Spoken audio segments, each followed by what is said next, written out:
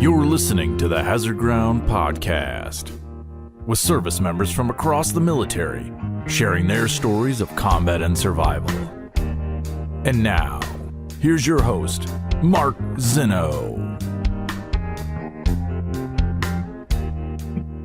Welcome into the Hazard Ground Podcast. As always, we appreciate you joining us each and every week. Before we get to this week's episode, featuring a former Marine who had multiple deployments to Iraq, including one where he almost died, or at least he says he did. We brought him back to life, but he has since started his own private security firm, as well as written a book about his tales. We'll get to that in just a moment. But first, please continue to go to our website, hazardground.com, for all your Amazon shopping needs. Very simple. Go to hazardground.com, click on the Amazon button at the bottom of the homepage. It'll redirect you right to Amazon. You do all your normal Amazon shopping. We will get a percentage of what you guys spend, and then I'll donate a percentage of that back to some of the charities and organizations heard on the show here, featured here on the show. It's an easy way for you to help out veterans charities just by doing Amazon shopping, but you got to go to hazardground.com first. I see every day, I check out how many times you guys are doing it and you're clicking. So keep up the great work. Make sure you guys do that for all your Amazon shopping. Follow us on all the social media sites, Facebook, Twitter, and Instagram at Hazard Ground and Hazard Ground Podcast. You'll catch us there. Get more information about the show. It's also a great way to reach out to us if you need anything. I try to go through those DMs as much as I can. It's easier just to go to the website, hazardground.com, and click on the contact us button if you really want to get in touch with me, because it goes right to the email. Now that you guys know all the back channel stuff, but nonetheless, as well, leave us Apple reviews, continue to give us 5-star ratings wherever you see this podcast. Tell us why you love the show. Certainly appreciate all the love and support that you guys have given us. All right. This week's guest, as I mentioned, former Marine, spent 4 years in the Marine Corps, short stint, multiple deployments to Iraq, and immediately after leaving the Marine Corps, went into private security. He also wrote a book called Finding Meaning After the Military to detail his skills and life through the military as well. He's got a double psychology major and a master's degree, and is now the CEO of Bravo Research Group, which is a private security company. He also has multiple training companies in the world of protection and private security. And guys, I just got to say this pretty plainly. He's a badass. Byron Rodgers is here on the Hazard Ground. Byron, welcome, man. Thank you for joining me. Hey, boom. Thank you, brother. It's an honor to be here, Mark. Thanks, my man. Thank you. Absolutely. Listen, I mean, when you start doing research on guests and you start realizing everything that they've done and where they've gone, and some of this really is more about what they're doing in their post-military career. It's impressive to see everything that you've done. And really, it's so funny because we interview so many people for this show who have like lengthy military careers and everything else. Yours, by all comparisons, is fairly short, given though you went through a lot. But you now have this whole thing on the outside where you're impacting lives and helping veterans still, and that's always amazing to me. Sometimes it's as much about what you do in your post-military career as what you do in the military career. So continued success. But we'll get to all that coming up here. But how and why did you end up in the Marine Corps? My dad is a really masculine, hardcore like dude, right? So you think like Donald Trump and Tony Montana mixed in one person, like he's just that guy, like I find the cure for cancer. He's like, you should have found the cure for AIDS, son. Go back in the room and figure it out. He's that guy, He got shot at point blank range. Yeah, man. Yeah, he got shot at point blank range with a shotgun. He survived it. Wow. I still might not be able to beat him up. Like I still might have to shoot him, if it came down to it. Like he's just one of those guys. And so growing up, that was my archetype, and I was always like watching him and I was like, how can I do something that can gain his respect? And then I was thinking to myself, like, how can I gain my respect for myself and my masculinity in a way that no one can take it away from me? That how can I know that I have what it takes? And then I also was thinking to myself, like, there's a war going on, because I joined in 2004 and like, I'm an able-bodied male. Like I should kind of be going and getting down.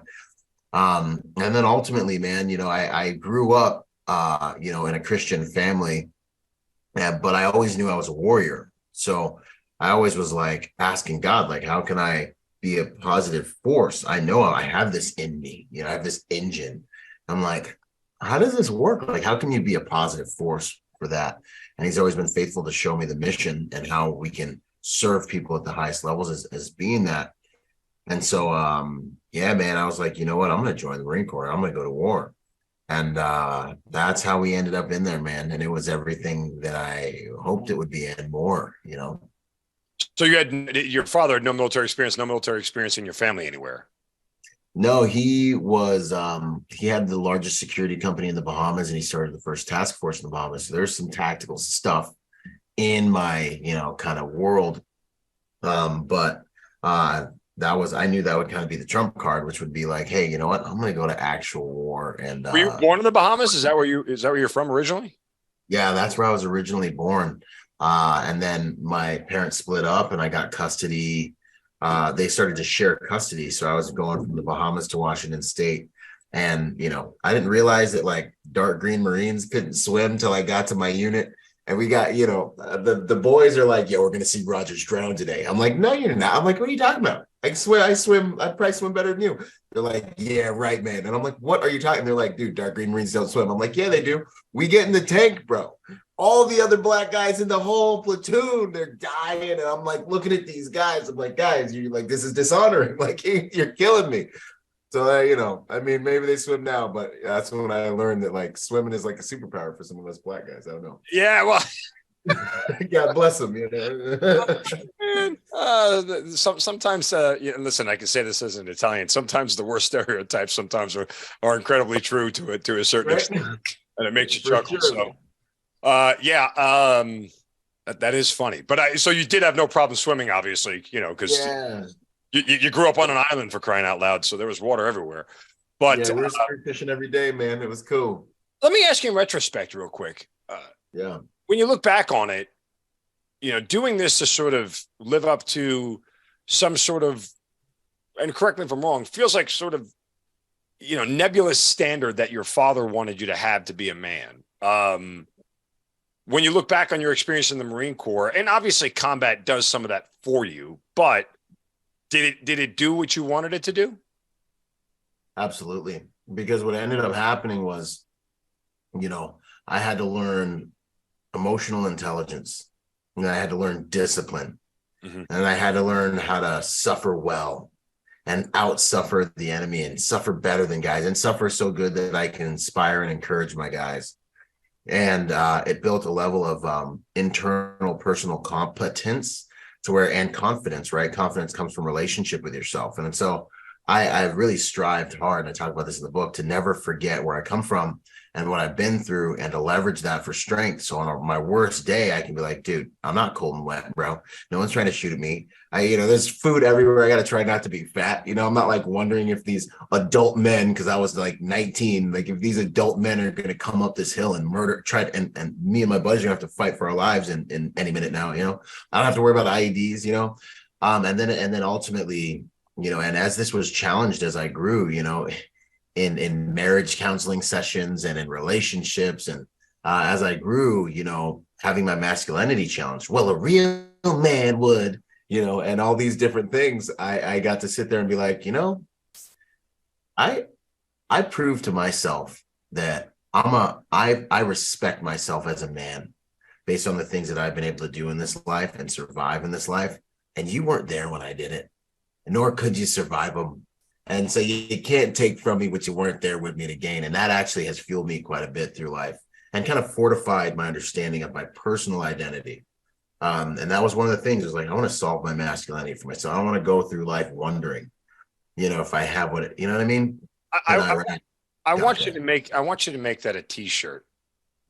No one can take from you what they weren't there to watch you gain.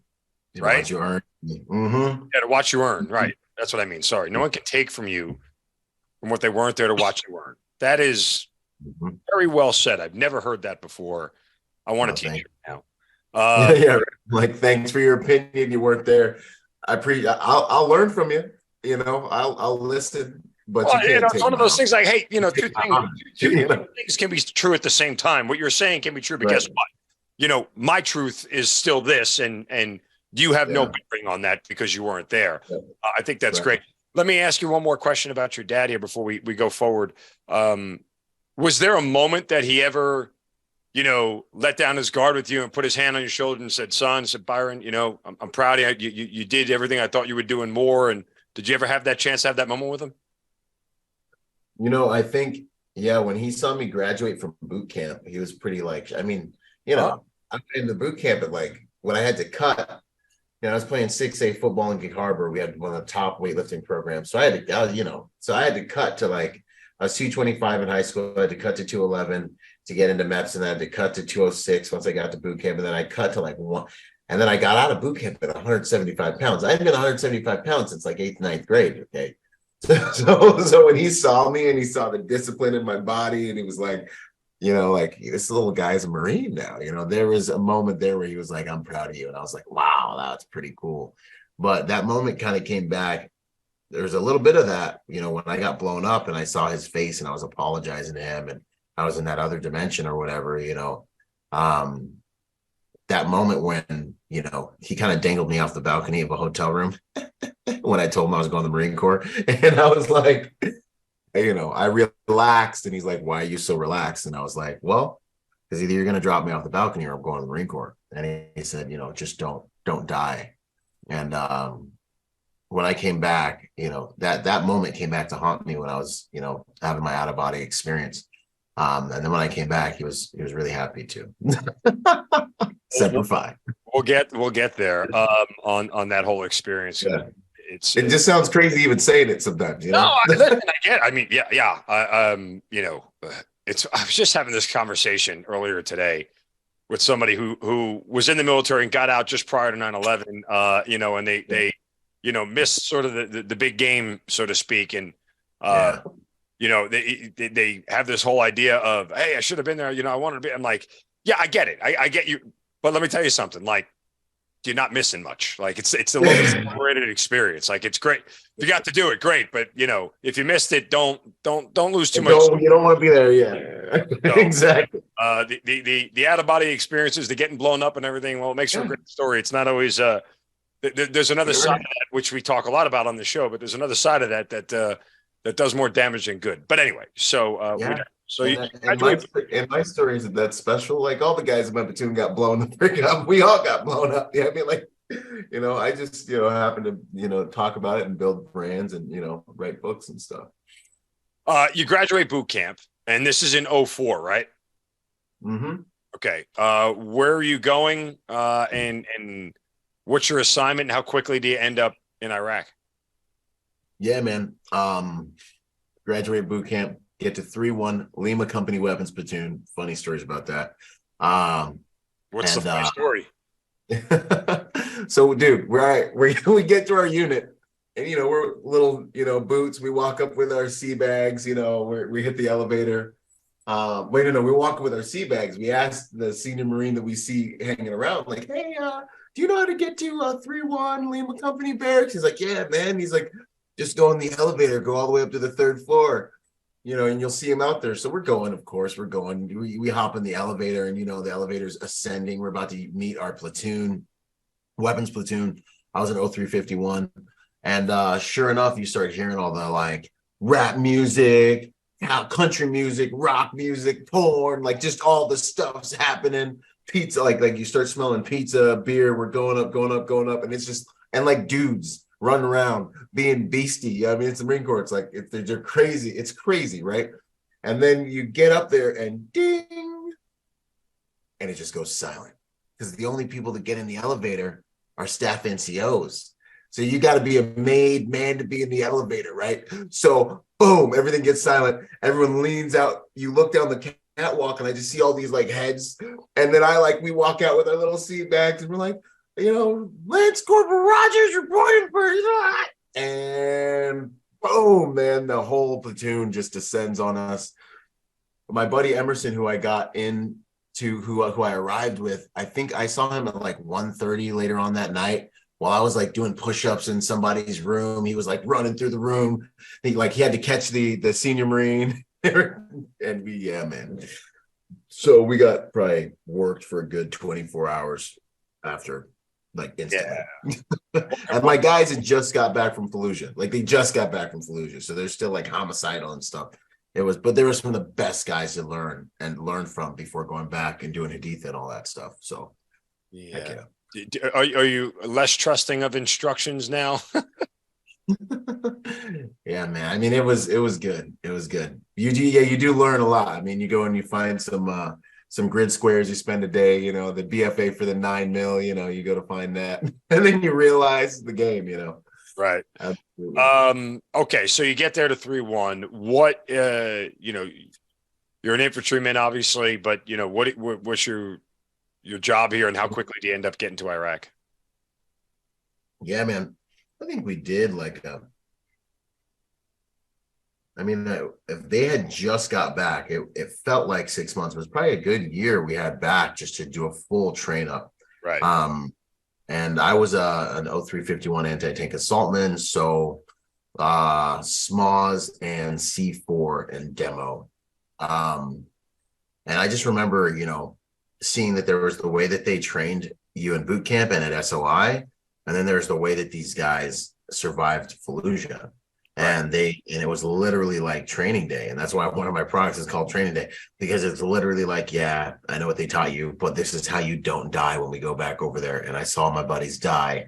We're in the biggest urban engagement since Waste City in Vietnam, homie. Like put your hand in the holes in my arm and touch like the bone that I still have after getting my bicep ripped off from, whatever happened. Like things like that were happening, so it was a great when they do that to you and they're sort of giving you the reality of this whole thing. Was there a part of you that thought you bit off more than you can chew by signing up? There were 2 times when that happened. Yeah, there was my first close to the first night in the fleet when I was able to make a phone call. Yeah, I hit up my girlfriend, was like, this is like government sanctioned juvenile hall or something. And I just remember being like, because I was like, this is not like, this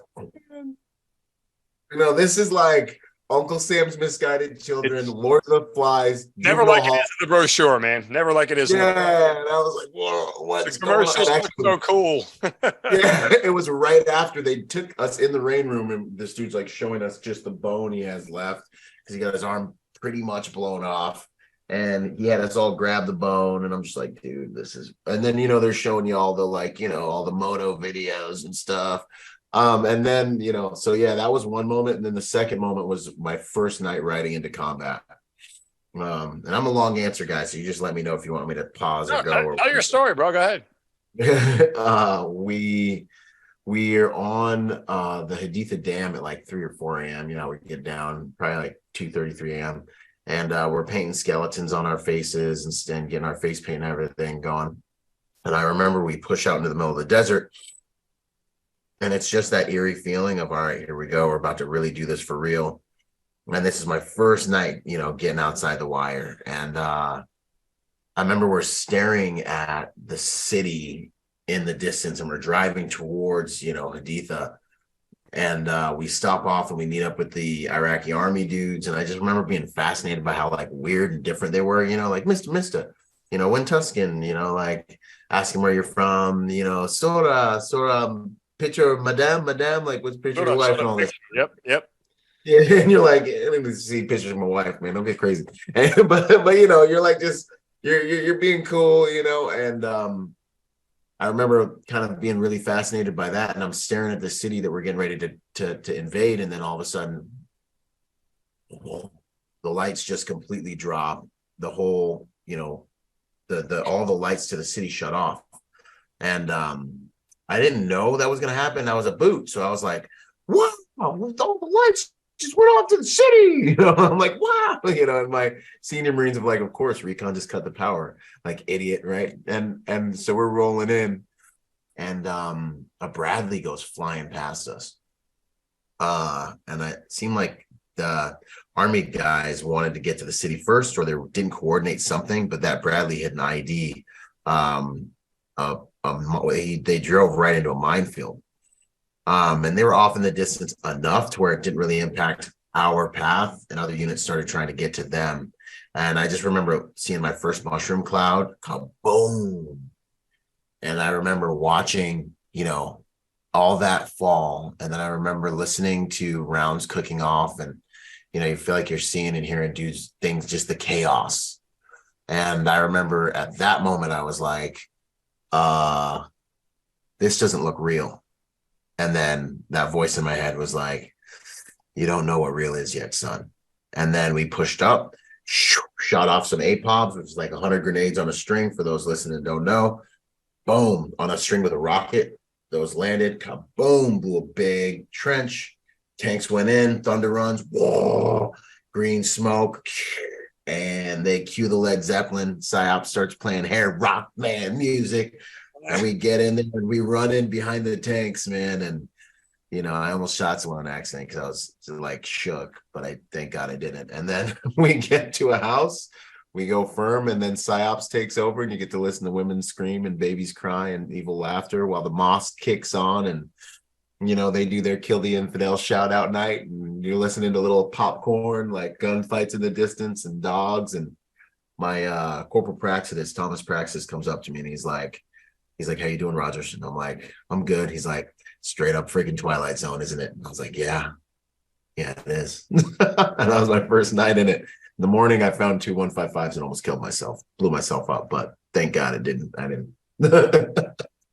There is there is a you know, there's something that clicks in your brain when you realize real is real. You know, the first time you like, you've seen enough movies and you've heard gunfire and you're like, okay, that's what it sounds like. And then you hear gunfire and you're like, that's what it sounds like.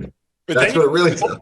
But then you have to stop for a moment and realize, okay, like that can actually hit me. So you know, all of a sudden, like, and then when you see one go by you and you can tell that one goes by you, you're like, whoa. Yeah. All right. So it escalates, you know, the escalation of force sort of escalates in your mind a little bit about, you know, this whole experience and when real becomes real and you know, sort of how you get christened, you know, how your cherry gets uncherried, so to speak. Right. You know, is a little bit different for everybody. But listen, I think it's important to understand, you know, those moments, because I always ask people all the time about fear. You know, like I think it's, I think failure to acknowledge things that make you afraid in combat is sort of delusional. It's okay to be afraid. It's okay to listen. Fear kept me sharp, man. Okay. Yep. The pucker factor is what I needed to operate at an optimum level. The one time I got relaxed and wasn't afraid, that's when bad shit happened. That's when bad shit really happened. That's when you found yourself in a pickle you might not have gotten out of. By the grace of God, I did. You know, too deep. You know, I think you need that. So, all right, I want to back up just a little bit. When you first find out you're going to Iraq, are you scared then, or are you feeling like my guys got me ready and I've been training up for this for a year? Like, what's your mindset? Nah, man, I don't even remember that moment. That was always the point.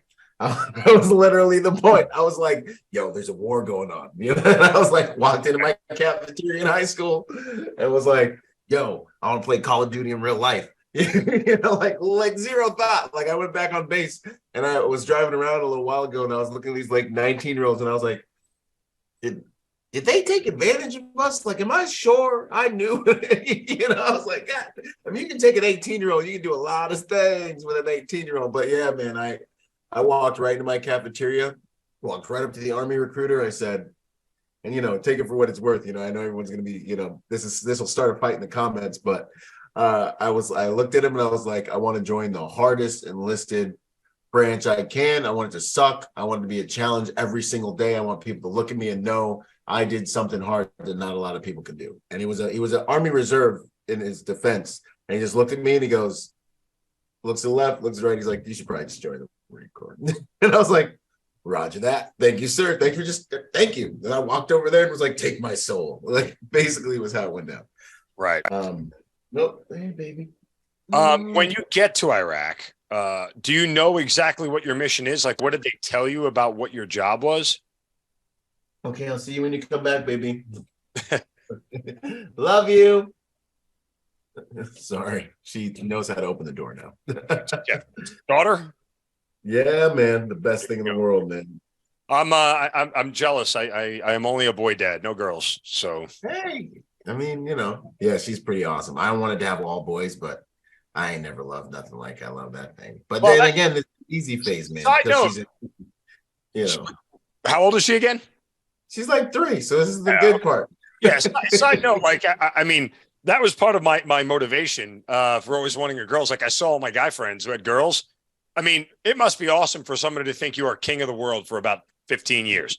Then it's all downhill. I don't envy you by the time she turns 15. Yeah, right. You're gonna hate life, and I'm going to be like, cool, yo, dad. My men are out taking territory right now. Yes, that's right. Go get that hill, son. But yeah, so dichotomy of parenthood. But anyway, no, I was just saying when you got to Iraq, did you know what your mission was? Did you have an idea or were able to comprehend beyond just being squad leader infantryman? Yeah, man. I mean, it's an interesting question because the second time they didn't really tell us anything. They were like, "You're here, dominate the area." We didn't really technically know exactly where we were. But the first one, yeah, man, we were there to take back all those areas around Haditha, Barwana, Senjek, the Balsac, East-West Sacron, all that stuff, man. And so I think they made a movie about actually the Battle of Haditha, with the massacre and all that stuff. But so that was really our mission. And then me as demo, like we landed and we just started clearing cities, man. Like we just started clearing, we cleared Haditha and then we just kept pushing. And for those who don't know, Haditha is probably about, let's call it an hour or two northwest of Baghdad, right on the Euphrates River. So it's, just for a point of reference, in case anybody wondered, but, Tigris and Euphrates split right down the middle of Iraq. Euphrates is on the west side. Tigris is on the east. But just for reference point. So you're a little bit north of Baghdad, but still that's that Anbar province where you guys were was a high level Marine territory across the board. So, you have this dam to deal with. What was it like when you get there as far as because you got there in what, 05? I joined in 04. It must have been 05 when I landed there the first time. Yeah. Okay. So, so the only reason, I mean, that's when I got there. And the only reason I bring it up again is just to remind everybody, and new listeners to the show, 05 was the beginning of the height of the violence across the country, which preceded the surge in 07.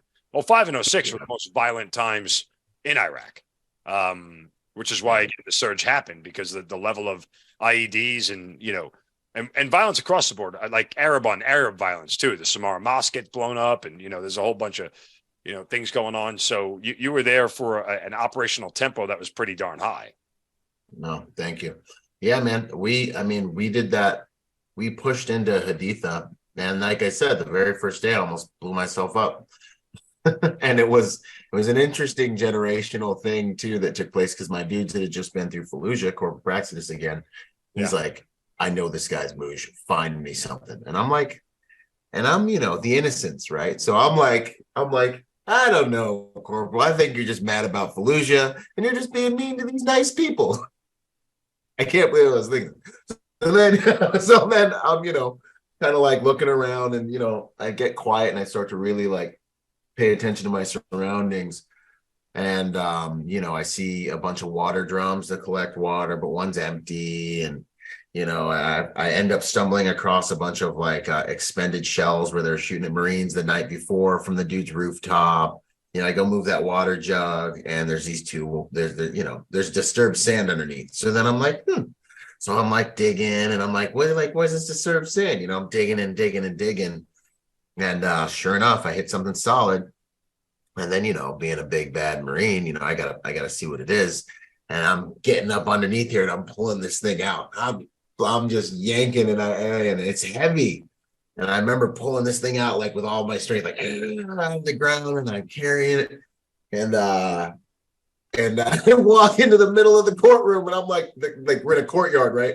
We got the guy, we've already detained him. We found we found adrenaline and passports and expended rounds at this point. I'm just like looking around. I pull this big thing out, and it's 2155 anti-tank shells, all taped together, tamped and everything, like pretty much ready to go, and every Marine in the courtyard just jumps over the thing, and then we set it down, and get out of the courtyard and all that stuff, and EOD deals with it, and there's just so many things that could kill you, I mean, and I know your Marine buddies looked at you and said, dude, do you realize how close you were to just dying? Like killing, you just vaporizing all of us. What the Rodgers? I'm just like, what? And I literally was like, look what I found. And they were like, dude. All of a sudden you became that guy. Literally, man. Anyway, just don't let Rodgers go in there. We'll be fine. Right? Oh, man. I mean, I have some like BA stories, but like, I don't know. I'm just genuine, dude. I did some stupid things. I was protected, What outside of that first night outside the wire, what is your first combat experience like?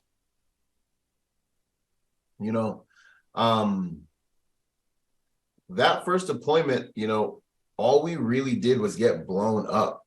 It wasn't until the second deployment. Like, I mean, don't get me wrong. Like, we got blown up. We secured a lot of things. 3-1 had a lot of street credit there. So like, every time I'd meet an interpreter, they'd be like, 3-1, Fallujah? Like, oh my gosh. And the enemy avoided us. The unit that came in right after us got wrecked. They got destroyed. One of my best friends was in that unit, and he got flown out to Germany, and it was like one of the bloodiest months over there. My second deployment was when, we really got into more of it, and we were out on the arm of the Euphrates is basically, what they told us. And for me, honestly, it was more of a relief. And I got shot at by snipers during my first deployment, but for me, it was more of a relief, man. Like, one of my buddies is crossing across a big open field, Martinez, and everything's quiet. And then all of a sudden you just hear guns ring out. Martinez comes over the comms and he's like, Rodgers, come get me. I'm like, where are you? He's like, I'm here. And he's, and I'm like, where is here, man? And he's like, I'm out here in the field. And apparently what had happened was he didn't want to stay with the vehicle because he was a senior guy. So he was like, I'm going to get out and search some stuff and check some stuff out. So he ends up in an open field about 50 or 60 miles out into the middle of nowhere, kind of in dead space. There's nothing but a telephone pole laying on the ground next to him that he's like huddled up behind while the enemy's in these buildings shooting down at him. The rest of it, we're in a mobile assault platoon. So the rest of our guys are up in vehicles up on high ground. I am down in a wadi in front of them, finding a huge weapons cache. So I found a weapons cache with like US weapons, all kinds of stuff. So I'm down here like, yo, jackpot. And then you hear machine guns ring out. Martinez is hollering at me. And all of a sudden, all this like dirt is like kind of falling down into the wadi where I'm at. And I'm asking the guys above me, like, what's going on? Are you guys shooting over my head? Like I think the 50 cal's causing this wadi to cave in. And they're like, no, that's the enemy. They're trying to shoot you inside that wadi. And so we're in there, and these rounds are impacting right over our heads because they're elevated. They're in these buildings, and they're shooting at us and Martinez. And one of our boots, man, he was a big kind of a trouble, all keen on. He was kind of one of those guys that was almost too smart for the military. Like, he was like, when I get done here, I'm going to be an entrepreneur. I'm never going to do a single stupid thing again, ever. And I hate you, but he was like a 300 PFT guy, It's really smart. And he does this like 50, 60 yard sprint back to the 7-ton, gets it up there, covers Tina so he can get in. Our Humvees move into position and start pounding on the buildings that are right across the wadi, kind of giving me cover fire as I run out of this wadi with my fire team. I get to the top of the wadi and everyone's shooting at the buildings, and I get this weird feeling like, if I was them, what would I be doing? And I look to my right, and there's a perfect berm perfectly flanking us. And that's when I was kind of like, man, I'd be over there flanking us. And I'm watching that berm, and sure enough, I see movement behind the berm. And I look at my boy Tap, who's up on the, I don't remember if it was 50 or if it was a 240. And I'm like, they're over there. And we start redirecting fire at that berm. My lieutenant, God bless him, War Frank, he passed, but he's like, what are you shooting at? And this was when you had to PID everything because all the things that went on in Iraq, right? I mean, you always have to PID, but like it was really bad. Everybody was like mad pucker factor. And he's like, what are you shooting at? I'm like, the enemy's right there. And he's like, where? I'm like, right over there. And then they peek their head back up. And my boy who was on the machine gunner, he was one of the smallest machine gunners I ever knew. Man, he ripped that weapon over on the top of that Humvee. They peek their head back up and you just see boots and pieces of AK flying all over the place, right?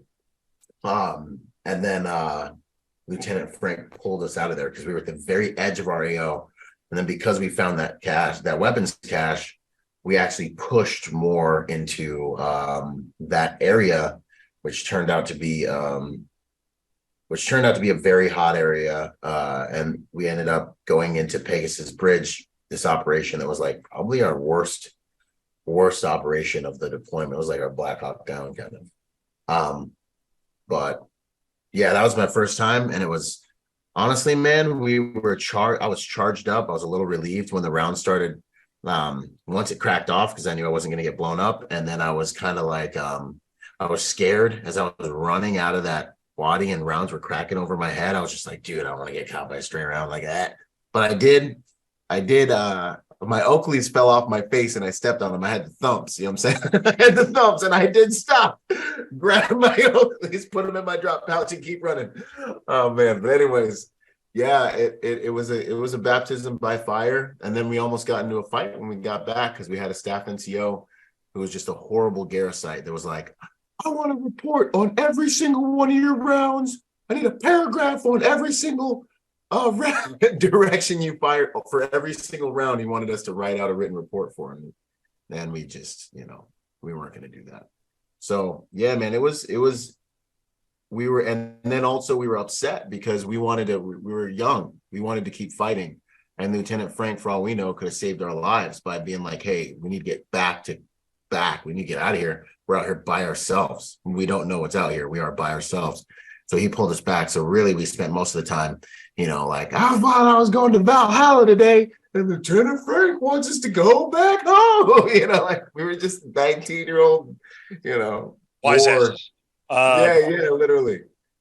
So that was all in your second deployment, though, you said, right? Yeah, man. Yeah. Go back to the first one where you got blown up. I'm curious to hear more of this out-of-body experience. Yeah. So first deployment, man, was IED heavy. We're rolling down the street and in Haditha. Yeah. And I just remember, Doc's like, yo, Rodgers, you should lean back. Like, you might we could get hit. If we get hit, something's going to happen. Like something could happen, like you should. And cause I was kind of like leaning over the side a little bit. And then I was like, okay, yeah. Let me just. Are you in a regular Humvee at this point or? Negative. We're in a 7-ton. Okay. So I'm in a 7-ton. We're rolling down the street. My doc's like, yo, chill out, lean back, bro. I don't want you getting blown up. I'm like, yo, if we get blown up, I'm finna burn it down if we get blown up, Usually, you make these arrogant statements before you get punched in the face. So then we're rolling down the street and we had a guy in my platoon, Foster. He had caught an obscene amount of IEDs. Like he may have been blown up like 8 to 10 times. Like he just was unkillable.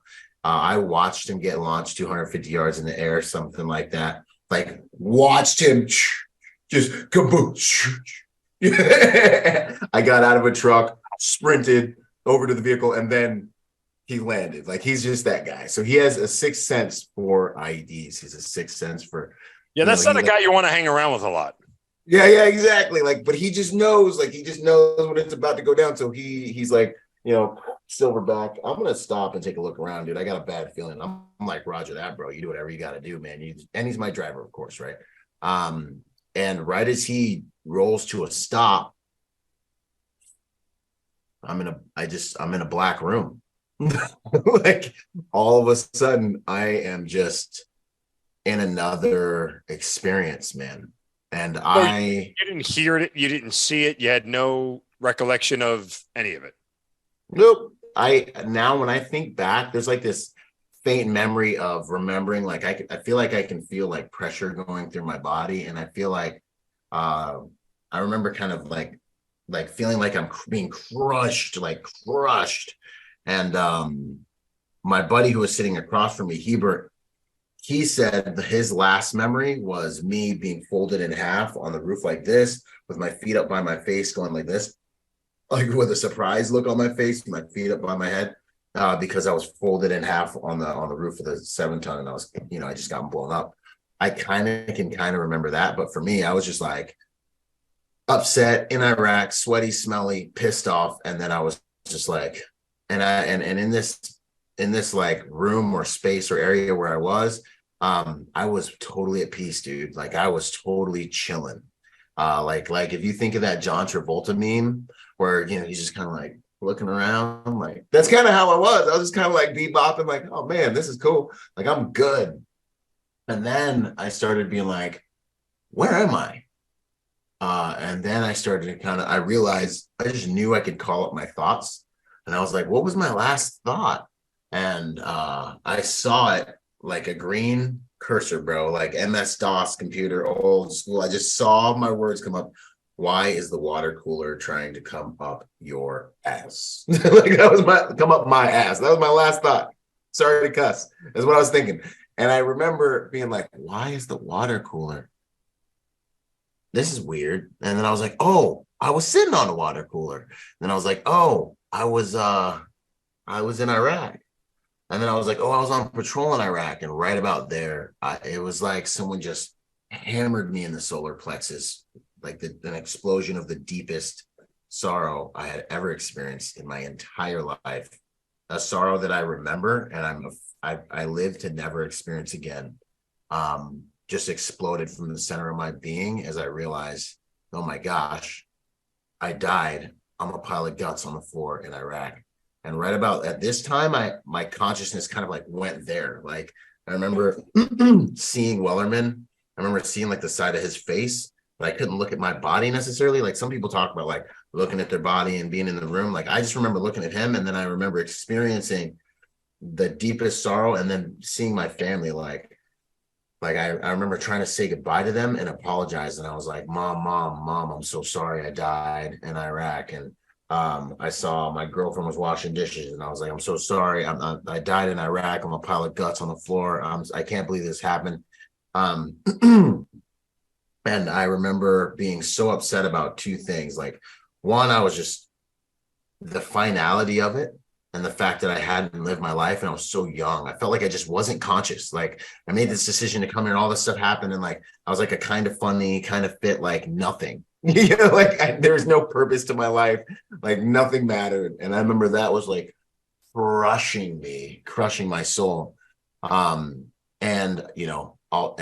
so like I, in that moment was just like, it can't be like this, and then I saw my grandma, and, she had always told me since I was little, Byron, and it's like totally touched by an angel sounding. It's cheesy. It's not badass. It's not cool, but this is exactly what happened. And so, she's like, Byron, if anything is ever stronger than you, you just say, Jesus, Jesus, Jesus. By the third time, it'll go away. So I started praying. I just was like, Jesus, Jesus, help me. Jesus, Jesus, Jesus. My buddies make fun of me to this day. They're like, yeah, I heard you in the corner. Jesus, Jesus, oh, Jesus. And then I remember my dad's voice. He got shot at point blank range with a shotgun. And I remember asking him like, hey, Dad, like, how did you not die? And he was like, son, I had things I had to fight for.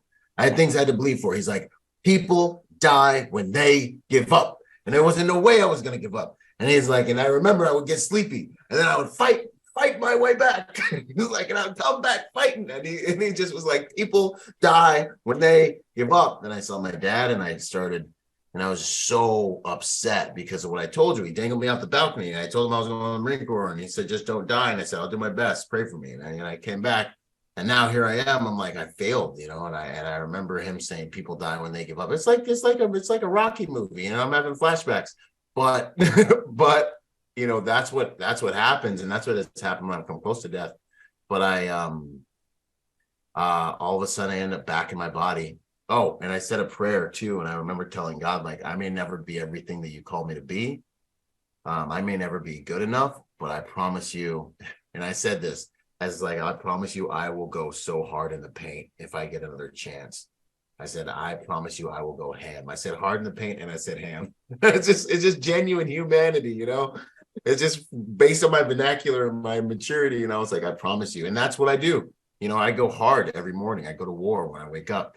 And then I was back in my body, and I couldn't move my body. And I remember saying, Father, I can't do this without my body. And then all of a sudden, kind of like you hear like the Abrams tanks power up, like that. Like, dude, like I powered up and I was furious. Like Undertaker style, where you just sit up, like God. Well, I was like in the undercarriage of like this kind of crumpled vehicle, and now the 7-ton, like the part of it was all mangled, and I crawl out of there, and I'm like, I am not dying here, and I kick out the back of the gate that was jarred shut from the blast, and I black out. I do remember like running up and like looking over the edge. Apparently what I did was I jumped, like my boys are like, dude, you turned into a crackhead. You jumped like 15 feet out the back of the truck. And then I sprinted into a field and dropped down and set security for myself. And I looked back, and that's when I woke up, is when I looked back at my guys, and I was like, they're still in the vehicle. And I got everyone out of the vehicle, started yelling at them. And then we went and we assaulted the nearest place where someone could be, and pulled 6 guys out, the only 6 guys in the city wearing sweatsuits. Like literally ghost town, 6 dudes sweatsuits. We get them out, we get them on their knees. I'm like, who speaks? We didn't get them on their knees yet. I'm like, who speaks English? And one guy just looks directly at me, and he's like, I don't speak English. He said it better than I could have said it. And I remember some of my boys were like, yo, we got drop weapons in the car. These guys just tried to we still got drop weapons in the Humvee. And I remember being like in a moment I could see the future. I heavily considered just smoking those fools because they just tried to kill us. They were for sure, as far as any logical person could tell, they were the guys. But I just could see the future, man. I saw my dudes drinking on couches, taking their lives later on, and thinking about it because it was a little gray. And, I just made the call, no, we're going to arrest these dudes and take them in, and they're going to get out of prison in 6 hours, and we'll meet them on the battlefield. How long do you think you were let's call it loosely unconscious in the simulation? How long do you think you were? Was anybody able to kind of fill in the gaps and give you a time frame of anything? Yeah, they said it was like 5 to 7 seconds. I lived a whole life in that. 5 to 7 seconds. That's a dream time. 5 to 7 seconds. That's are you ever shocked at the clarity with which you can not only still recall that, but of everything that went through your mind? I mean, did it surprise you about how clear everything was?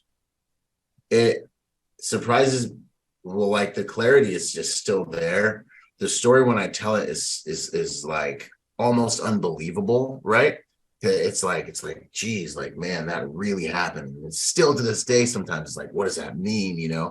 I think that it's been God's preserved it in me because like it's part of my testimony. So I tell it, if I show up, I'm probably going to tell you about it. It's like, that's my Phoenix moment. That moment changed my life, changed the way I operate in the world. You're talking about like, sometimes it's about the things you do after you get out, which for me, that moment was like, dude, we are going to war now. We just went hard for Uncle Sam. That's really cool.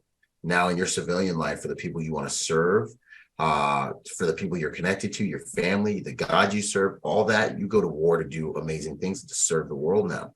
This is what you represent. And so like that moment completely changed the frequency I was living life at. I was just kind of a cool dude trying to like get laid and like hang with my boys. Before that I was still a Christian, but like I realized how thin the veil between life and death is too, and I got to experience that regret, which I'm in fear of.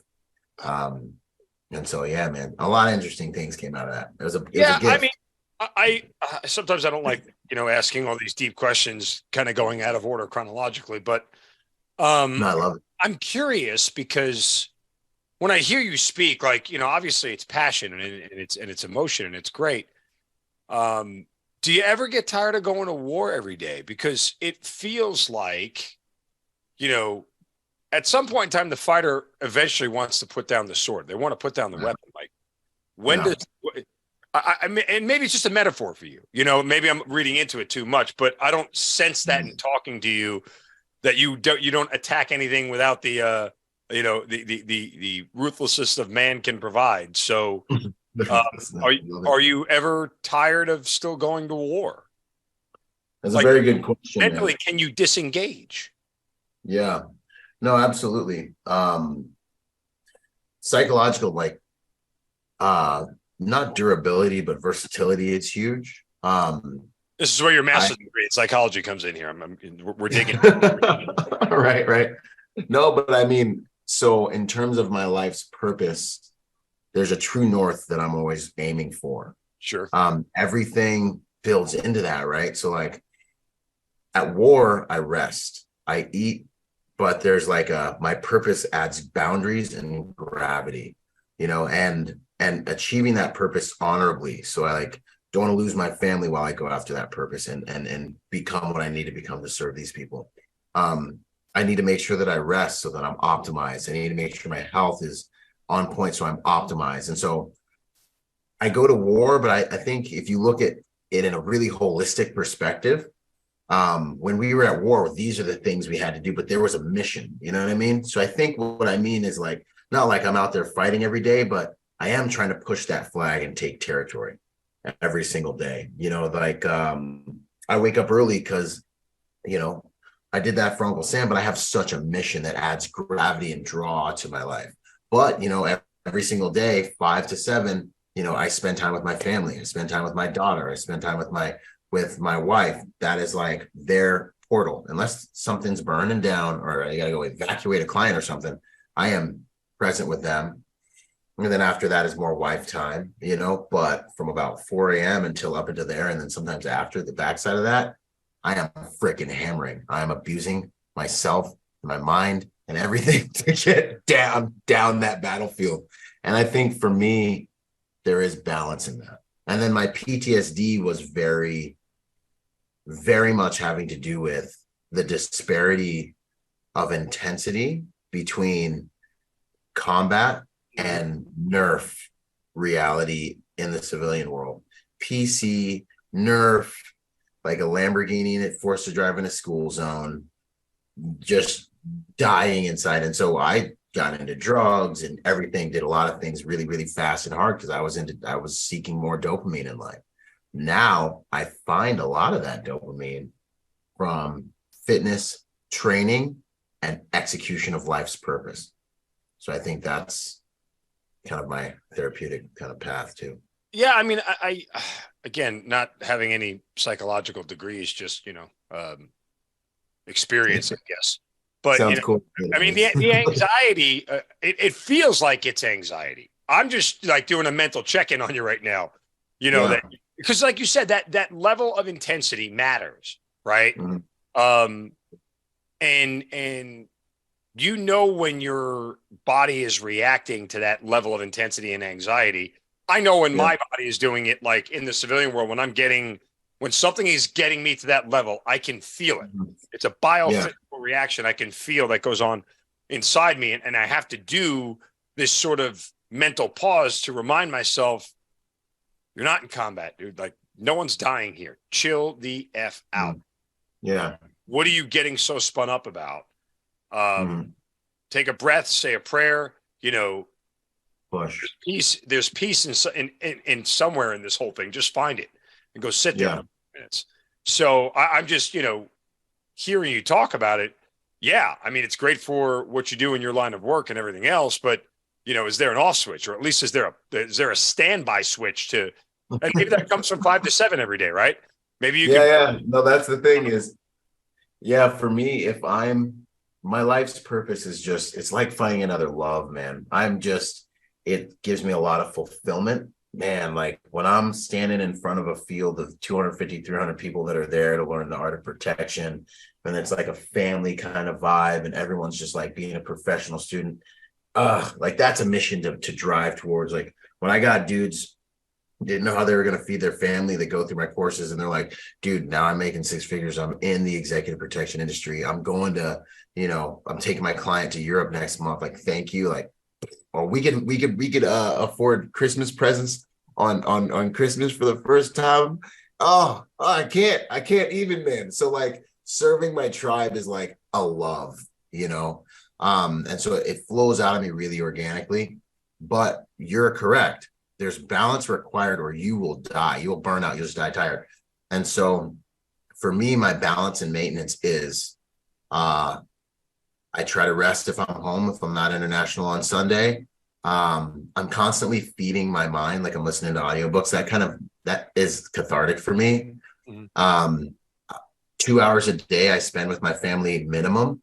A lot of times I'll just hang with my wife after that if there's nothing pressing. And then I have to have my disciplines like working out and or training, shooting, things like that are also cathartic for me. Sure. And so there's hardcore work in there, but there's also calculated rest and calculated like plussing up on significant relationships, No, look, as long as you got it, man, you got it. Like, I just, I'm just reacting to you.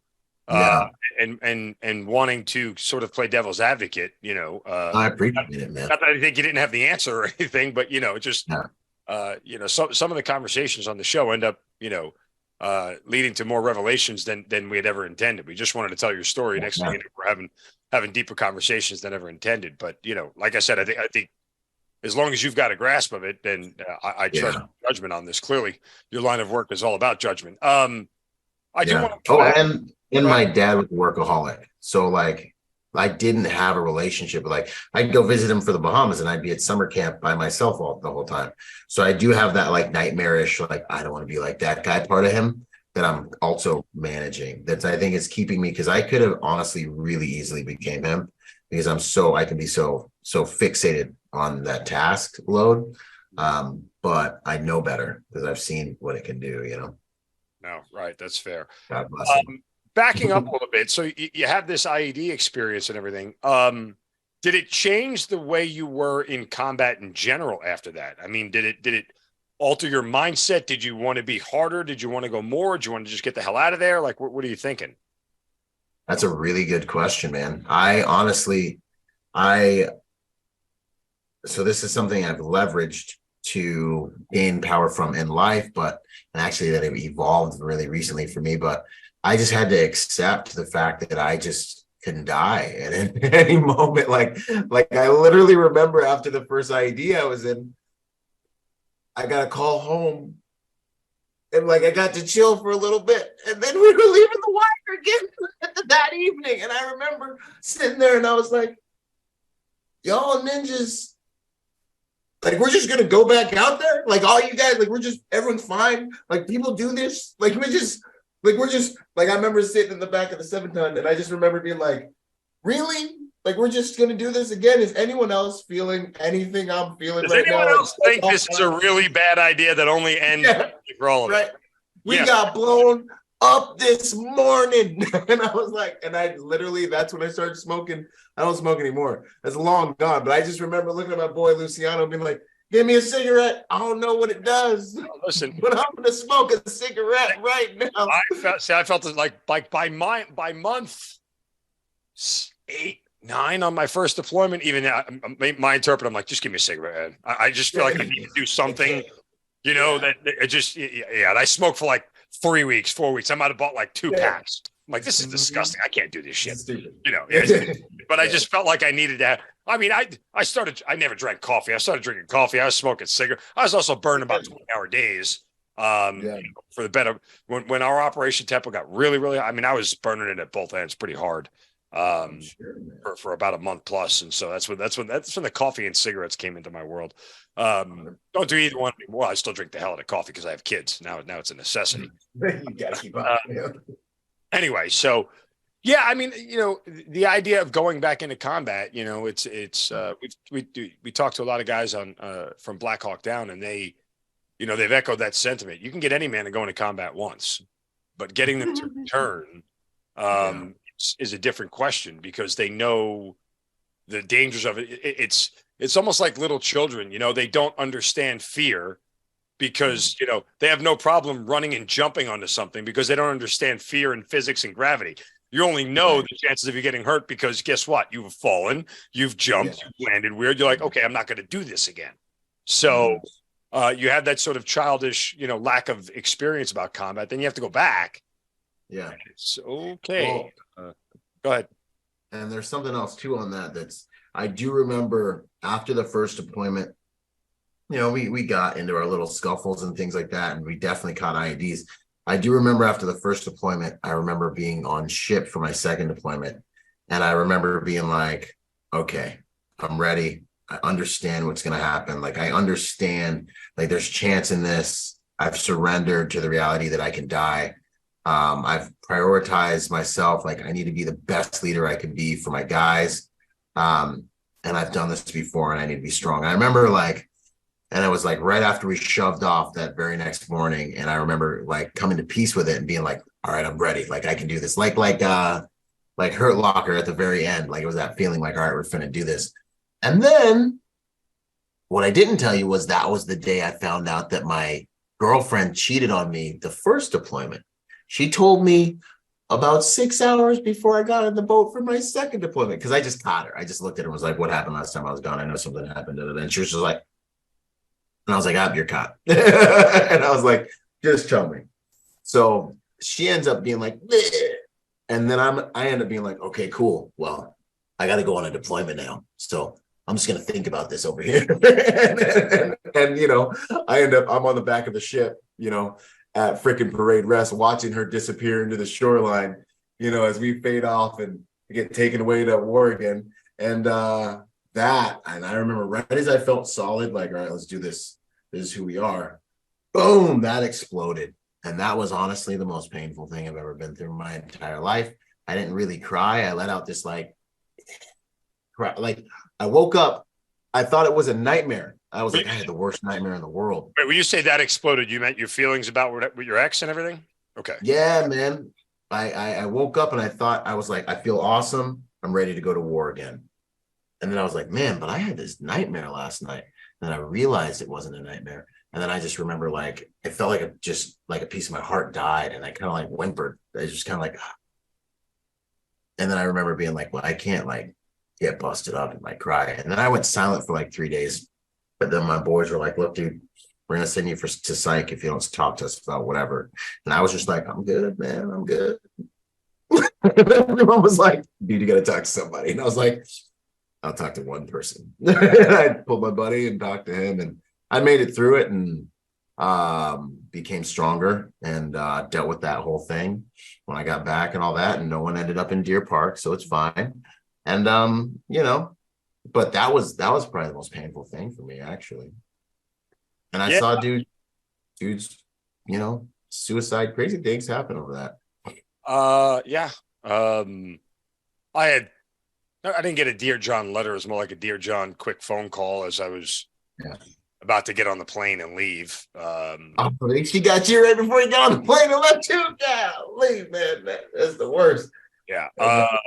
So it'll mess with your head. I mean, like, combat's hard enough. You have to be in the right frame of mind for it on a daily basis. And anything that sort of jostles it takes away from your sharpness, your intensity, your focus, and be able to do your missions. So that part's bad. But in the same respect, when you were talking before, God, why did my hamster just fall off the wheel?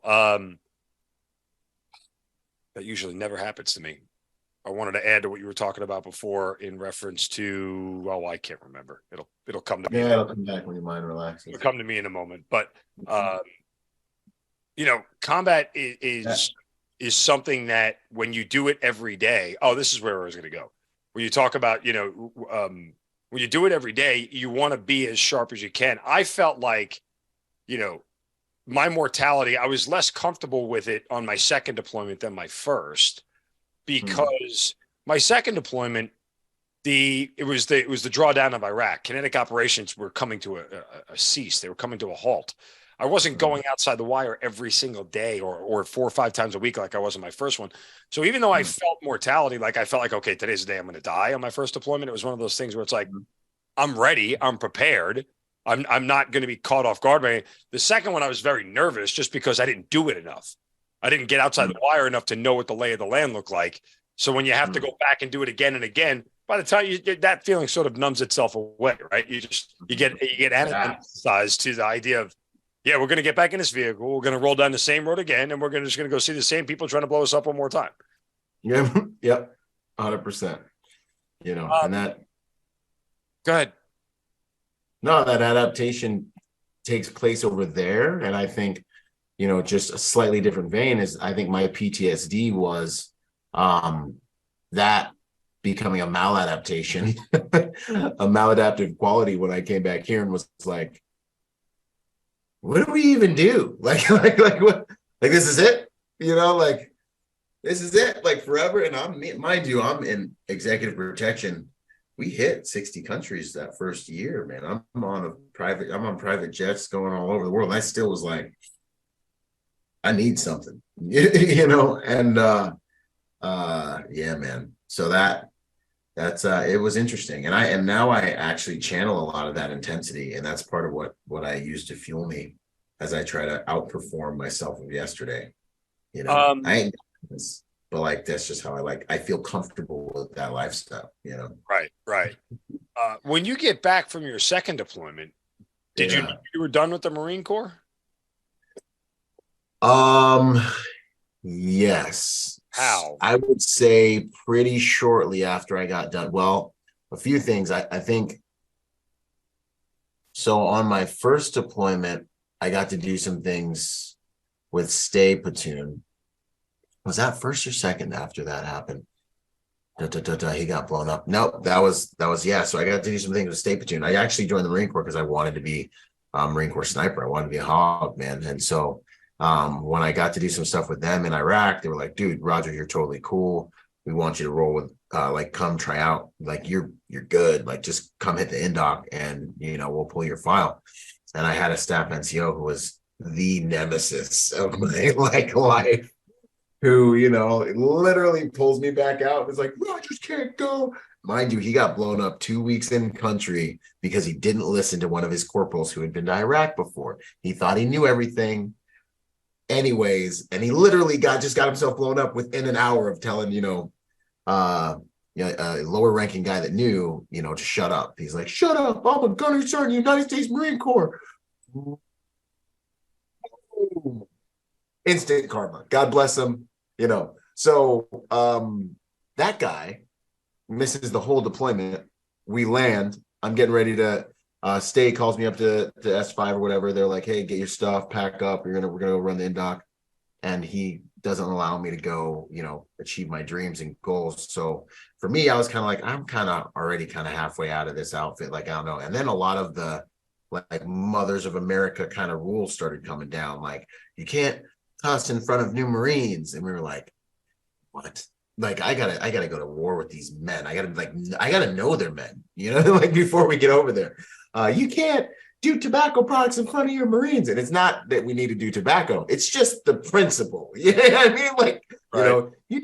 And then, Marines started being like, this was hazing. They were mean to me. And it's just like, I was like, dude, I can't even with this. And I was like, I'm not going back over to war with these cats, with these old, whatever you guys got going on. And so then I started looking for a way out, and the rest is history. But yeah, I was pretty over it once I came back from that deployment.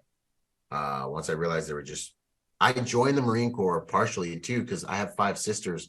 I needed to find a place where I could be a man. So that was big for me. I was like, I need to find a place where I can be hard, where I can be hard on people, and people can be hard on me, and I can develop, in strength and toughness, instead of all this feeling stuff. So, yeah. When you make this decision, do you tell anybody that you're leaving? Like when I made the Marine Corps decision, or what do you mean? Yeah, when you decided you were done with the Marines, I mean, what did you say to people around you? Let's see. I mean, everyone was kind of done, man. Everybody was like that old guard, that whole generation was kind of like, dude, like, are you gonna stay in and deal with this? Like, everyone was kind of like jumping ship, like having the recruiters move them around. And so yeah, man, I mean, I got no pushback really. And all my big brothers kind of moved out to different things and different billets. So it was kind of like my turn to be the head dudes. And I was kind of like, nah, no. So yeah, it was totally cool with my brothers. What did your dad say when you told him you're getting out of the Marines? That's interesting. I would imagine he would have been, hey, come down to the Bahamas and work with me. But no, it was at that point I had really become my own man in a lot of ways. And I was kind of like on my own path and moving, and I don't remember him really having much to say about it. I remember him being like, I miss you and I love you. And we had a good relationship. I do remember him inviting me to the Bahamas to start taking over business operations. But literally he, and I did. I got out. I got right into executive protection by the grace of God. And then I ended up going to Florida. That's what you wanted to do? Like, how do you make the jump from Marines to executive protection, personal protection? Yeah, man. No, I had no idea. I was thinking about going and possibly doing, like contracting and joining Triple Canopy and it's like right after BW times and stuff like that. Had an invite from DynCorp and things like that, but so I was going to go that route where I was going to become a cop. So I was kind of like, well, I got to carry a gun for somebody. That's all I can really do. So let's check these two avenues. And the executive protection thing really just happened by the grace of God. I'm sitting in my kitchen and, I was just like scared because I didn't know what I was going to do next. And it's like, hey, man, like you're really cool and like tough and stuff, but like how are you going to make money, bro? Like how you going to provide, buddy? You're kind of funny and stuff, but like you got to make money actually. So I just was praying. I was like, Father, I don't know what I'm going to do. And I heard that voice that's kind of guided me my entire life. And he was like, go to Hennessy's, become a bouncer. You're going to become a bodyguard and travel the world. Clear as day, bro. I walk out into my kitchen. My girlfriend at the time is like, hey. And I'm like, I know what I'm going to do. And she's like, what? And I'm like, I'm going to go be a bouncer at Hennessy's. And then I'm going to become a bodyguard and travel the world. Like, basically, like, I'm going to go play flag football. And then I'm going to get recruited straight to the NFL. And she's like, Ninja, you're not going to go bounce at Hennessy's. Because she knew that was the end of her if I go be a bouncer at Hennessy's in Orange County. Come on. So I end up there. And, sure enough, dude, busting tables 3 months in. A dude who ran the most highly traveled executive protection detail in Southern California is there with his buddy. They're looking for a new dude for the detail. They've been watching me all night from the moment I check their IDs to the end of the night when I'm having to kick them out. I walk up and I'm just like, hey guys, and I was kind of busting tables, just trying to be a good dude. I didn't need to bust tables. And they're just like, have him do it. I'm like, what's up? What you need? And they're like, you a Marine? I'm like, yep. They're like, you got combat experience? They're like, yep. They're like, you getting out soon? I'm like, yep. And they're like, my buddy Luke Agajanian, who I'm still friends with, he's in my content and stuff to this day. He's like, go get these permits. Give me a call in 2 weeks. I'll show you how to make a lot more money doing what you're doing. And I remember talking to my girlfriend at the time. She's like, God did not tell you to go bounce in that bar. And I remember telling her, and I was like, look, all I ask is that when it happens the way that I'm telling you it happens, is that you believe. Because I just all I know is I've been protected and I've been guided through my life. And I know this voice. And just it didn't come from me. And when this happens, things happen. And then boom, I get recruited in Rodeo Drive. I'm in Beverly Hills on my first job interview. And I can't get into the jewelry store where the job interview is because only ballers go in there. And so like they don't know who you are. They just don't open the door. I'm like at the window and all the like senior dudes are back there on the details staring at me, 21, too young to even hardly be in the industry almost. And the client liked me and he put me on, man. And the rest is history, bro. Did you have any, while you're trying to get in the jewelry store, did you have any flashbacks to that elevator ride up at 3-1 and realizing, oh my God, there's everything about it. This is happening to me again. This is heart rate starts spiking. I don't know where I'm going, and I'm only being set up for failure going forward. But hey, grace of God, it all works out, right? So let's just talk about the PTSD angle for things, just because psychologically, from a psychology standpoint, this is sort of in your wheelhouse. When do you acknowledge or realize the fact that you have it? Dude, it took me, mine was sneaky, man, because I was so functional, bro. Like my brain was just functional, man. Like I could do all kinds of drugs, be up for days, talk with clients. Yes, sir. No, we're going here. Here's the map. Ask me 8 million questions while I follow the map, while I drive. Like it's totally cool. I'm good. And I was able to be like ultra functional. And so for me, I was just having fun, man. And I was just like, I can handle this. I'm a Marine. I can handle this, and then eventually I started just that voice, that feeling inside me was like, you're going fast and you've been getting lucky. And I mean, I was going fast, like, cause I'm an intense human, and like, I was like running freaking sauce. I was sauced up, juiced up to the gills, like up to like 260 pounds. Nice. Doing hard drugs. And I was able to be pretty functional with it. And so it took me probably a good year or so to really realize that, like, dude, what are you really actually doing, man? What's all this behavior a symptom of? Like, are you not good? Like just being chill, like being good? Like, can you not just be good? And then I started to kind of like introspect. And then I just did a hard right and bailed out of California, went down to Florida. And I did it for business reasons. I did it for a lot of things, but I also did it to just clear the playing field. And fortunately, I don't have an addictive personality. I can be like, I can fast for 40 days. I've done that before, so I can stop a lot of trash. I can cut things out. So I just stopped for messing around with all that stuff and was like, dude, you've been blessed with a lot. You take one wrong turn playing this game, your life will change forever. You're already black. Don't mess it up. Don't make it worse by doing hood rat things. My grandma in my head, you're already black, son, and you made it worse with getting them tattoos. You're going to have to be twice as smart to get twice half the... I'm like, yes, my grandma's old school, you know what I mean? Like the real old school, they wear the pants on the hip, up on the belly button. Anyways. Yeah. No, listen, starting out with a strike when you only get 3 of them is no need to give yourself an extra one, right? Yeah, man. So it was sneaky for me. It was really sneaky because I wasn't depressed. I was like hammering on life, and I was making money enough to afford everything. Yeah, I mean, mine's very similar. I was able to function for a long time. I just it didn't really start to become aware to me until I realized it was having an effect on my kids. Like that's really when it starts to bounce back at you through people close to you. Is at least for me, it was the wake up call. When did you have time to go get your master's degree in psychology and your regular degree, I should say? When did all this happen? I didn't have that. I mean, it was one of those like, I don't have time. I have priorities things. It was one of those like, let's do war for this degree kind of thing. like it was like, I got my AA just like all remote, like while I'm sitting on private jets. I run into guys that were with me when I was young every once in a while in the industry, and they're like, dude, I remember you.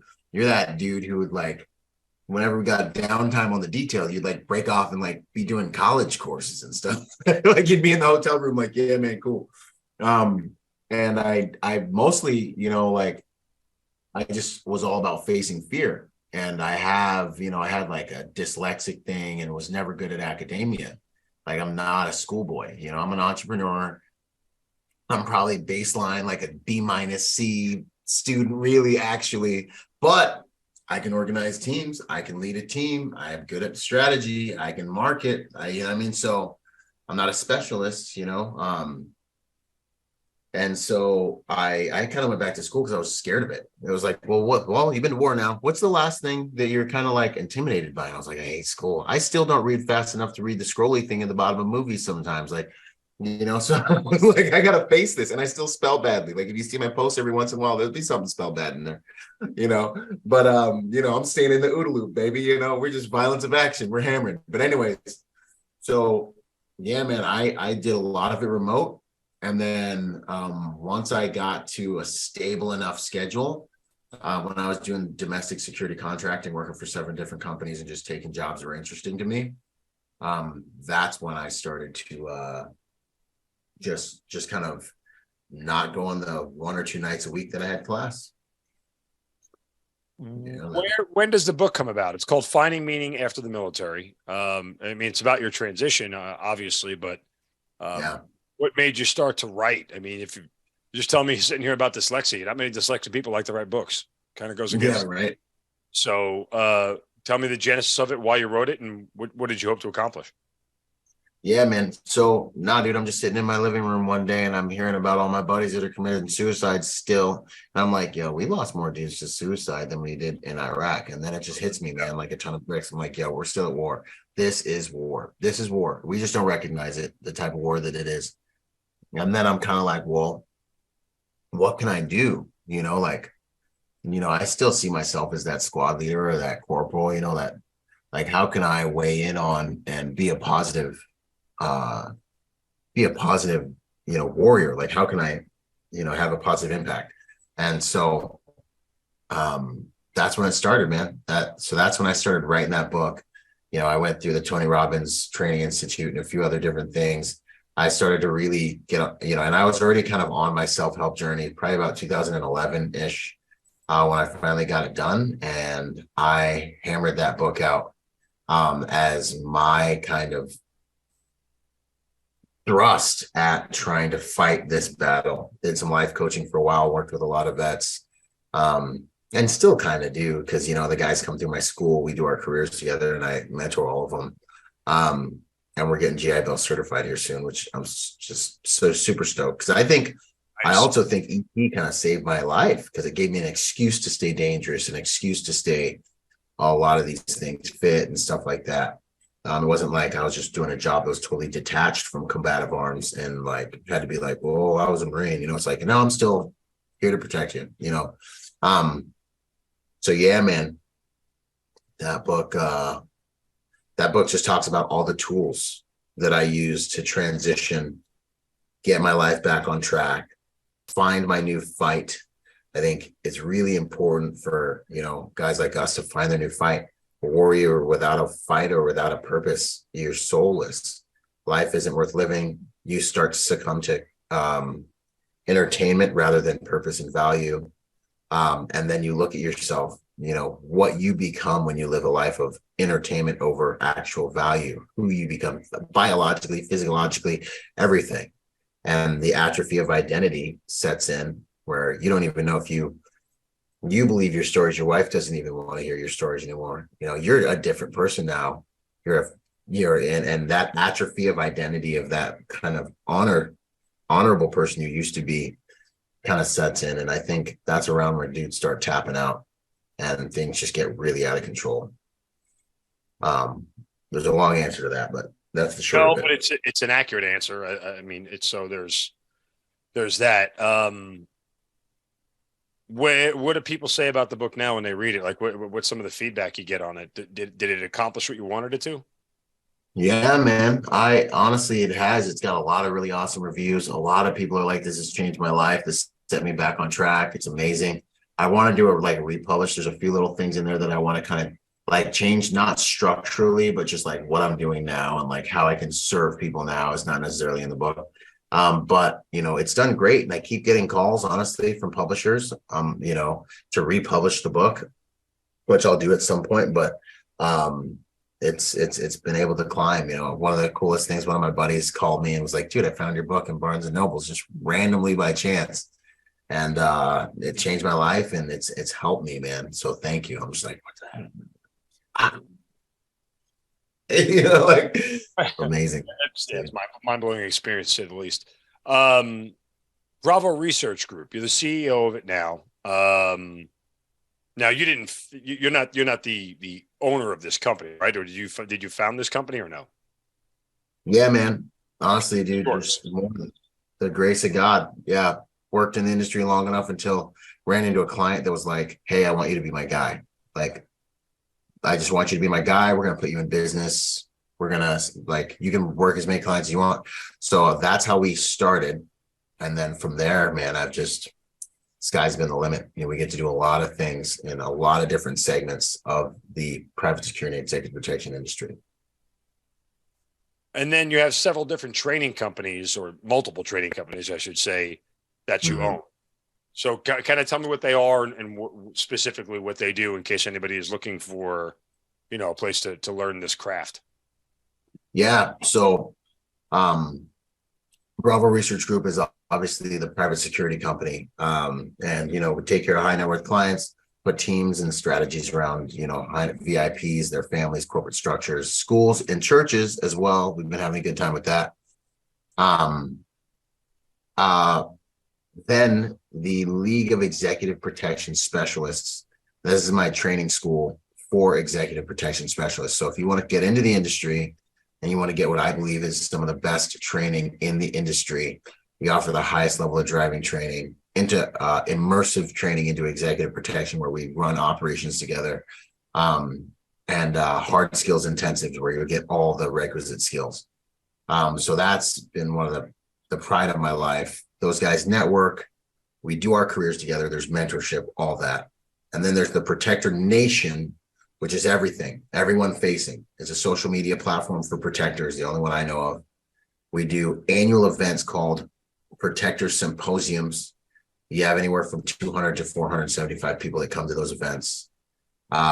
It's interdisciplinary. We have 4 or 5 elite instructors per weekend for that. And the whole entire library you can get that all online at protectornation.com. So that's kind of my 3-pronged approach to making the world a safer place by helping good people to become more dangerous. How much of Bravo Research Group and these other training divisions that you have are your way of continuing your Marine Corps service in a different form?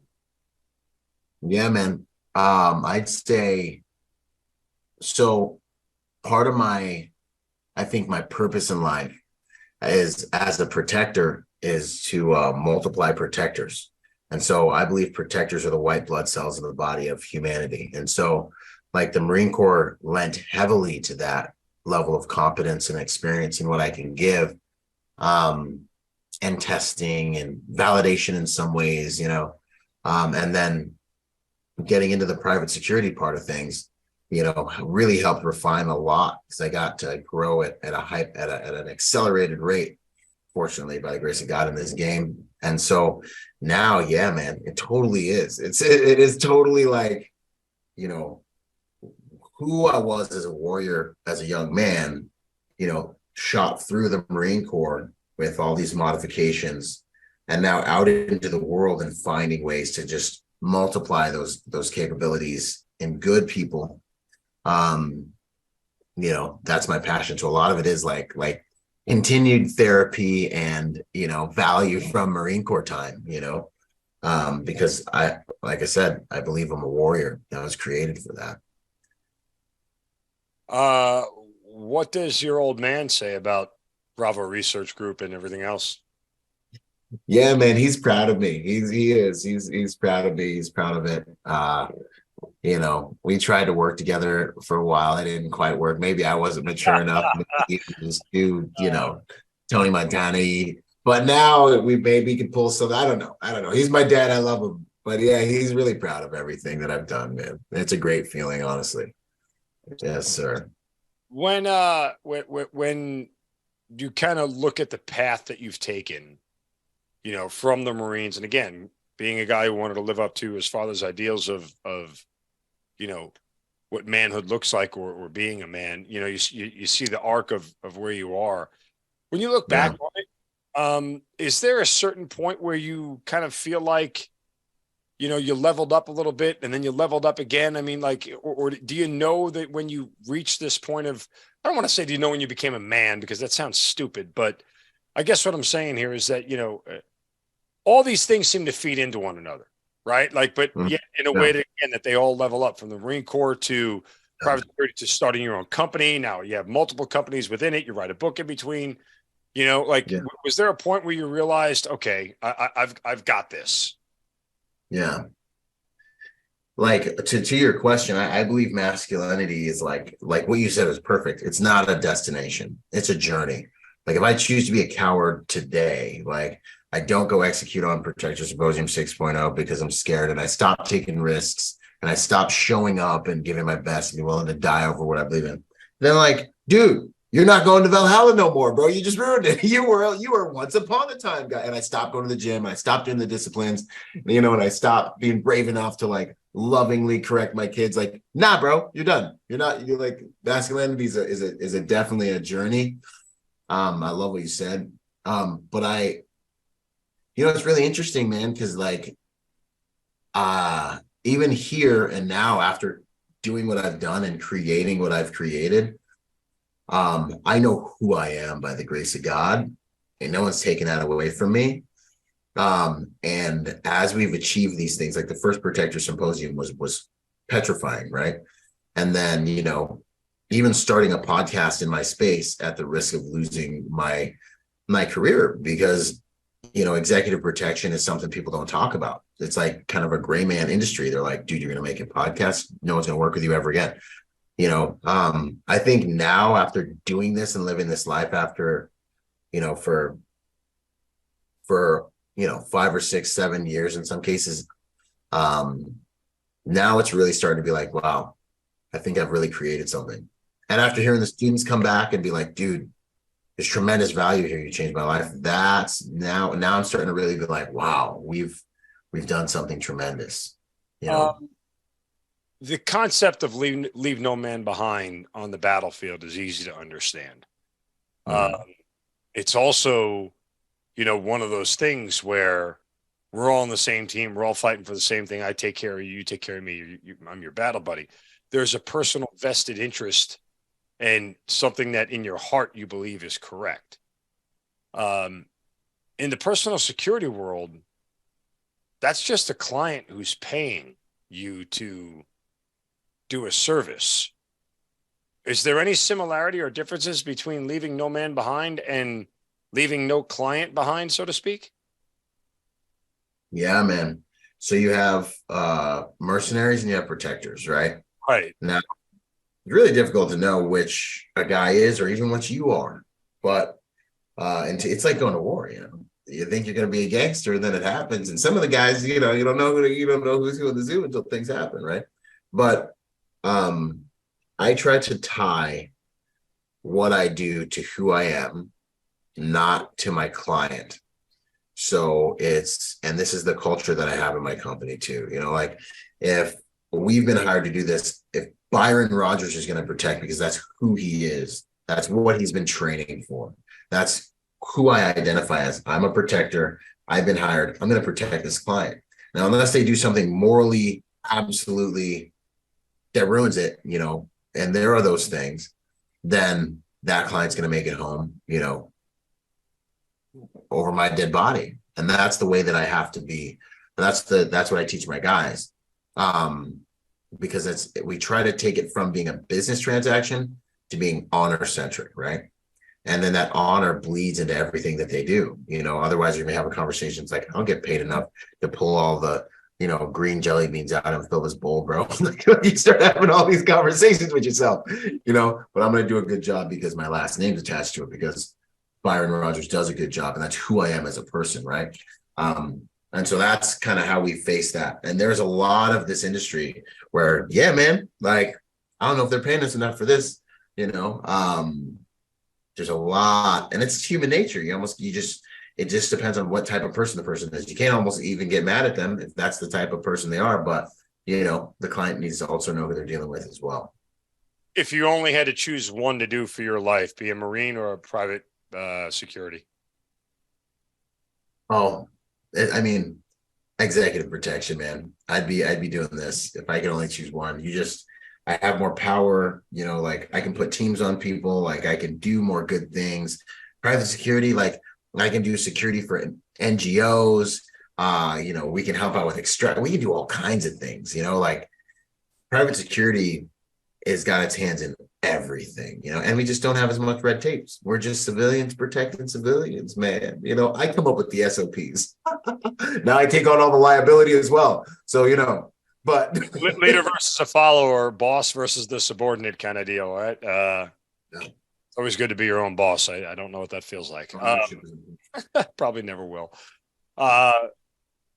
Best piece of advice that you would give to somebody entering the Marines, and the best piece of advice you give somebody coming into executive security? That's a good one. I'm sure the Marine one is easier. Yeah, I mean, I would say in the Marine Corps, I would say remember your honor.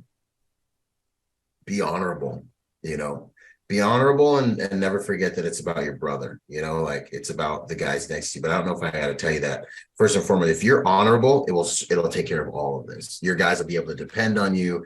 You'll be able to perform. Masculinity is very performance driven. You'll be honorable encompasses so much of it. And I would say, be honorable, because you'll have opportunities to not be honorable, and you'll have considerable power given your age group. So like, be honorable, man. And in the executive protection game, master your grid square, master your role, be a professional first. Like, just be good at what you do, be a professional first. Like because in this world, when you've got billionaires swirling around and you've got all these distractions and it's seductive to have a very powerful person that everyone sees on TV, or billionaire X like you, and EP agents get sucked into all of these different kind of social traps. That's I'm texting me right now. I wish I could show you the text message. And if you just are a professional first, that client's going to respect you more. They're going to want you around. Everything that you want comes out of them being able to trust that you're a professional first, no matter what. Yeah, I mean, look, it makes a lot of sense. And in a sense, you're still in the relationship business, right? Especially when it's a referral, right? Because one high-profile client says, "I use this guy," and give him a call.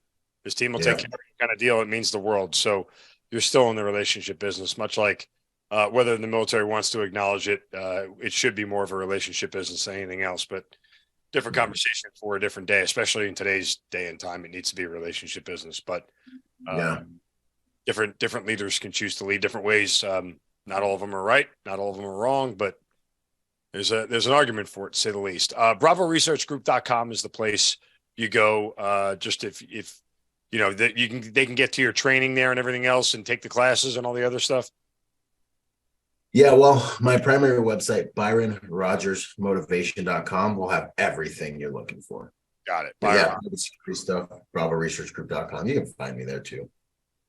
Yeah, I'm sure that Google thing works pretty well. I'm not allowed. I guess I'm not allowed to ask you who are some of your famous clients, but so I'll just acknowledge that they're there. Yeah. So close. That's funny. I wish I could, but I can't, No, I get it. Just, listen, I've held to the maxim for quite some time now that I need better friends, and you seem like a better friend than I already have. So, as it stands, I don't have that many friends, which is probably why I need some friends, let alone better friends. But again, another conversation, different podcasts altogether. So right. Find you and everything else. I mean, look, the journey is amazing, man. Thank you. From a little kid in the Bahamas who knew how to swim, to a guy who runs his own company and everything else, and stops in the Marines and combat along the way. And do you ever stop and sort of, are you in awe of what you've been able to accomplish? Or do you feel like you're somebody like, I expected this level of myself? homie, I was a chubby little friend zone fat, kind of dyslexic. Like bro, I shouldn't even be here. I spend most of my life in a constant state of amazement and gratitude and wanting so bad, dude. I want so bad for people to know, dude, you can do so much more than you ever thought if you just get consistent, bro. If you little by little, if you just start trying. Like, I never dreamt, and I'm only 7. I never dreamt we would be here by now, bro. I thank God for his grace. I see the miracle that this life is, the miracle that my body and my technology, my human technology, is 60, 70 trillion cells is. And I just wake up and I'm just like, Father, just help me not let the grace I've been shown be in vain, and do awesome things today and make the most of this. And I'm just in a state of gratitude, man. And I'm just going to keep trying as hard as what I can. We'll see how far we get. Super awesome. Great words. And everyone can have it, man. Great words to end on. Love the passion, love the smile and the energy, and wishing you nothing but continued success. Again, the name of the book, Finding Meaning After the Military, if you want to check that out as well. Bravo Research Group, ByronRodgersMotivation.com as well. Great to talk to you, man. Great to get to know you. Continued success. Best of luck going forward, and continued blessings, brother. Heck yeah, Mark. Thank you, man. What an honor. Great, thoughtful questions, bro. Thoughtful questions. I was like, I didn't see a couple of those coming. I mean, I love doing this stuff, but I was just like, wow, I got to think about this. Not my first rodeo. Not my first rodeo. Heck yeah. We'll end it this way. Byron Rodgers, thanks for being part of the Hazard Ground. Hey, it's an honor. Thank you. You've been listening to the Hazard Ground podcast, hosted by Mark Zinno. If you have an interesting story to tell and you'd like to be on the show, send us an email at producer@hazardground.com. And if you like the show, don't forget to subscribe, rate, and review on Apple Podcasts. Thanks for listening. We'll see you next time.